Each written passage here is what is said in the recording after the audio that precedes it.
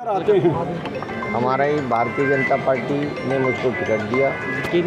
मैं प्रत्याशी हूँ भाजपा का, और भाजपा का कुशल नेतृत्व हमारे परिश्रमी कार्यकर्ता और मतदाताओं के बीच में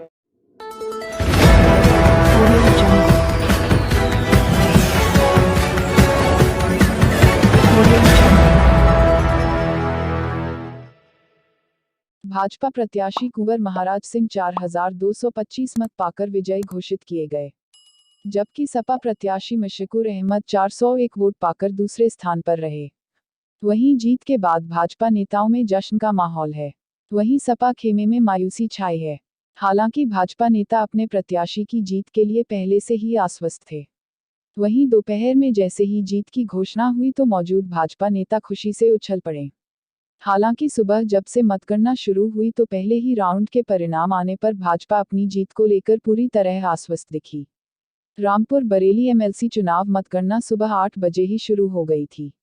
इस दौरान जब 11 बजे करीब पहले चरण का परिणाम आया तो भाजपा प्रत्याशी 1881, सपा के मुशक्कुर अहमद 179 मत पा सके थे।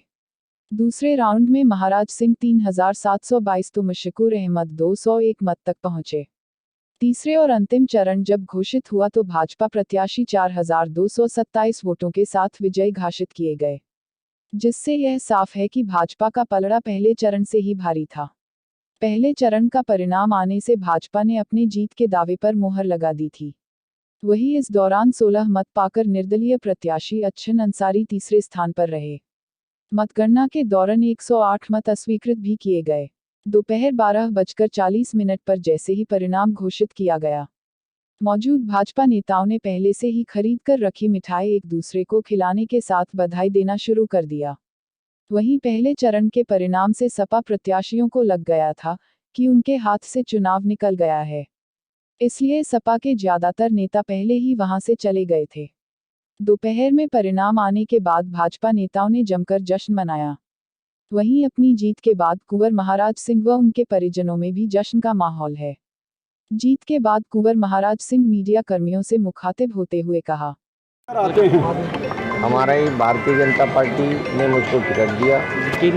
मैं प्रत्याशी हूँ भाजपा का, और भाजपा का कुशल नेतृत्व हमारे परिश्रमी कार्यकर्ता और मतदाताओं के बीच में जिस तरह से हमारे सब कार्यकर्ता संगठन के पदाधिकारी गए उन तक, और मतदाताओं का जो स्नेह मिला, यही जीत कर रहा है। अच्छा, क्या प्राथमिकताएं रहेंगी? आप एमएलसी बन गए हैं, इसके बाद क्या प्राथमिकताएं रहेंगी आपकी जनता के लिए? देखिए, मैं गांव से जुड़ा हुआ कार्यकर्ता हूँ भाजपा का, और खुद भी किसान हूँ पेशे से।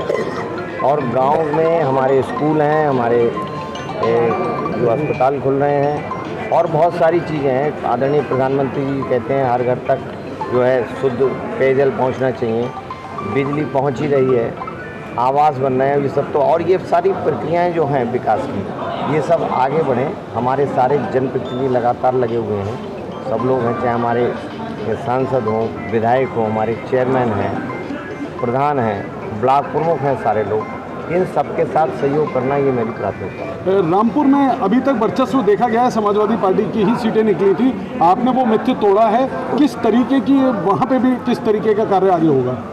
देखिए, हमारे वहाँ 2 विधायक जीते हैं, अभी 5 में से 2 विधायक हमारे जीते हैं, और हम संगठन हमारा बहुत मजबूत है उन सबके साथ में, और सबने बहुत मन से रामपुर के लोगों, मैं अनजान आदमी था रामपुर के लोगों के लिए, उसके बावजूद भी जिस तरह से जनप्रतिनिधियों ने, सब संगठन लोगों ने चुनाव लड़ाया, तो मैं उनके साथ मैं कंधे से कंधा मिला के काम करूँगा।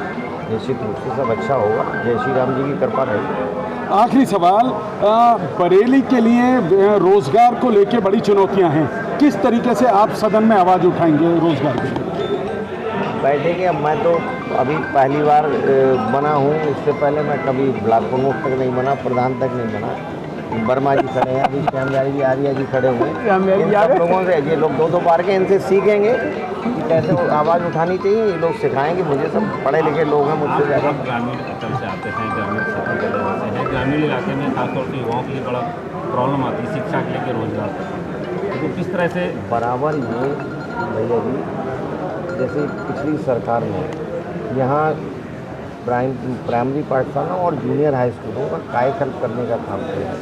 2 साल ये कोरोना में हमारे गुजर गए, अब उन सब जगह पिछली सरकारों ने स्कूलों में उस तरह से चिंता नहीं की जिस तरह से होनी चाहिए। मैं कोई दोषारोपण नहीं कर रहा हूँ, लेकिन हम लोग लग के उसके लिए काम करेंगे तो निश्चित रूप से आप देखिए अच्छा होगा। बरेली के लिए कुछ क्या नया मिलेगा? अब इसके बारे में मैंने अभी कुछ सोचा नहीं।